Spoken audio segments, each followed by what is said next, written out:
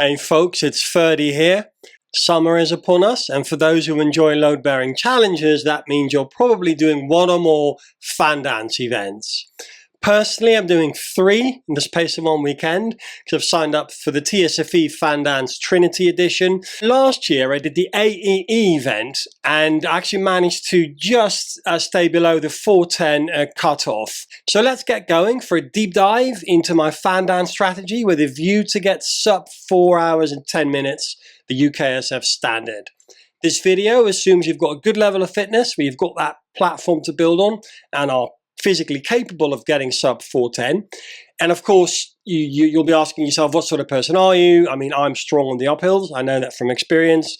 It's where I tend to make up time. A bit shit on the downhill because of a dodgy left knee, and I'm not built like a runner. But obviously, if you're completely the other way around, that would affect your strategy. So tweak it as you see fit. This is my section by section strategy. The crucial start. Okay, so this is the story arms are up to corn do. My advice is to try and stay near the front. You've got your adrenaline going.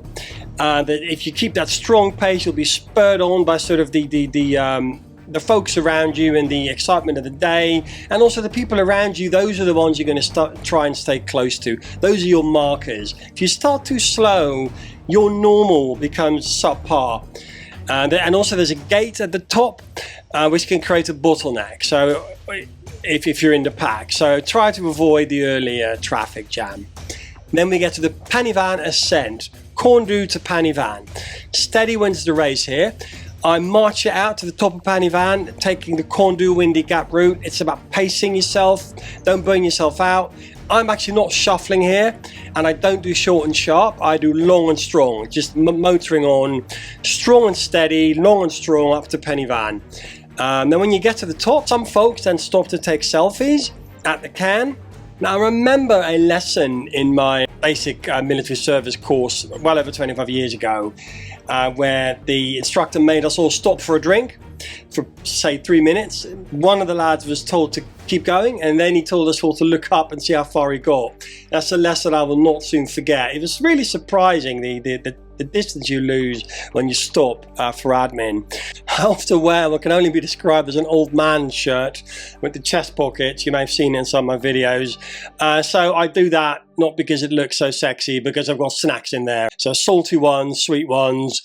I will stop only if it starts raining very heavily and I want to grab my Gore-Tex jacket, or maybe when nature calls. That's it. So if you get to the top of penny van and you find yourself queuing up for a checkpoint, well, basically that means you were too slow. Once you're past the summit, you go down Jacob's ladder. So that's the tactical descent towards Cribyn. Lower your center of gravity, shuffle sideways if you have to, so let the slope do some of the work. All about bringing your center of gravity down, conserving energy for the long haul. I'm a bit shit at downhill, so this is why I do see the speed snake slipping past. You know, good luck to you. That's just not me. I just try and get down in one piece, and I know that's not where I'm going to be fast. And then that path, skirting around Cribyn, this is where experience pays off. I remember one of my first guided tabs, this Welsh guy was just tip-tapping between the rocks like Fred Astaire, and I was just amazed. But then a few years later, I noticed I had gotten a lot better at it. So that's all about focusing on foot placement, thinking 2 steps ahead, and there I do go for short, sharp technique. Try to get into a shuffle if you can. Low risk. Got a long way to go still. Now, if you've listened so far in the video, here comes the big secret. The downhill at the end is where you're going to make the most gains, at the very end. So I'm going to say that again. The long downhill at the end, that is where you're going to make the most gains. My whole strategy is to get you to the top of the long final downhill with plenty of energy left in the tank. Roman road restraint. Okay, we're now hitting the Roman road. Even though it's got a slight downhill slope, I resist the urge to push too hard. I save my legs and thank myself later. I may go into a mild shuffle, but this is what I resist the urge to really go into run. Even though I've got the energy to do it, I'm going to look after my legs here. Then I get to Taff Fechan Forest, which is technical. Bits of running on the grassy bits. Other than that, it's all about focusing on foot placement. Turnaround point, comeback, okay? This is the comeback climb. You're not worn out. This is where I do shuffle back up that Roman road. Short and sharp, you're not burnt out. All the way to Jacob's Ladder. It's actually my favorite bit. Unless your heart rate is over 190, you do not stop to catch your breath. You're making stealth gains here. Do not look back to look at how far ahead you're getting. Do not look up. Just strong, long and strong, tough it out all the way to the top. Again, it's my favorite bit. My heart rate is up. I know I'm strong here. I lose no time, no matter how satisfying it is to look back at how far I'm sort of pulling away from people. And the beauty is it's completely different muscles than what I'm going to use once I get to the long downhill. So I can really give it all I've got on that uphill. It's those thigh muscles that I'm using here, and they're going to get a rest on the way down. And it's the last ascent, right? So when you reach the summit of Pen y Fan, it's time to unleash the beast. Run all the way back. You've got energy left in the tank. This is your chance to crush it. The long downhill at the end, whether it's the granny path to Pont Hardaf, which is what Dawn TSV uses, or back down to the Story Arms, which is what AE uses, this is where you want to be running. Now I know I said I have a dodgy knee on the downhills, but I don't mind if I'm burning it out on the last few clicks on a single event.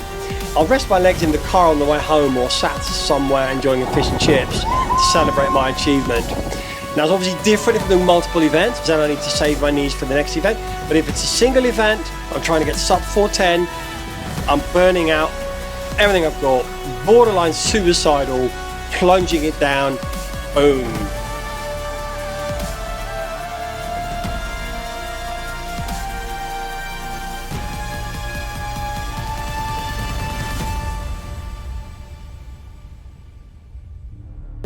So 3 hours, 2 hours, how much? 3 hours, 1? 3 hours and 1 minute. Fucking hell, amazing.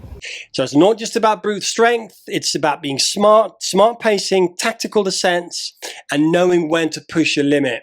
Now, a few words about gear. So if conditions are good, I wear my AQ Pilgrims, non-Gore-Tex. They are a lovely boot. They are light, and comfortable. If conditions are worse, I may upgrade to the Mindel Morans, who are a bit of a heavier boot. That's obviously if it's really slippery or I just feel I need a bit of a wider boot. In winter conditions, I might even go for the Mindel Guffert, which is a heavy duty boot. But at that point, you're not speeding and I'm not going to get anywhere near sub 410. Backpack, probably the DG3, the Crossfire DG3. Then for what I'm eating and drinking, so I just, again, no gels or anything like that. There's not what I eat anyway. I've got mixed nuts. I've got some fresh sort of flapjacks or biscuits from the bakery. I just drink normal water from a hydration bladder. There's nothing in there. At the halfway point, I'll have a separate little bottle, and I personally put some C4 in there. Which is caffeinated, I don't know, whatever, creatine, whatever they put in there. But that's a bit of rocket fuel, and then I put a bit of electrolytes. Now I will just have a few sips of that at the halfway point to just give me that boost. Any of these brands, I'm just telling you what I use. Needless to say, I'm certainly not sponsored by any of them. A few words about camaraderie. I will take time to sort of fist bump people I know. If you're meeting on the way, have a little chat whilst going. You know, it gives me energy. And then also important to keep your wits about you. I have actually managed once to take a wrong turn at the fan dance, believe it or not. So situational awareness at all times. Now get out there, crush it this summer, and make sure to subscribe to Heart Routine for more updates on epic challenges and my own prep, and obviously I'll be taking my camera to the events I'm doing myself. Shout out to Andy Mays, a member of the Heart Routine Facebook community, who gave me some great tips. A link to join that Facebook group is in the bio of the channel.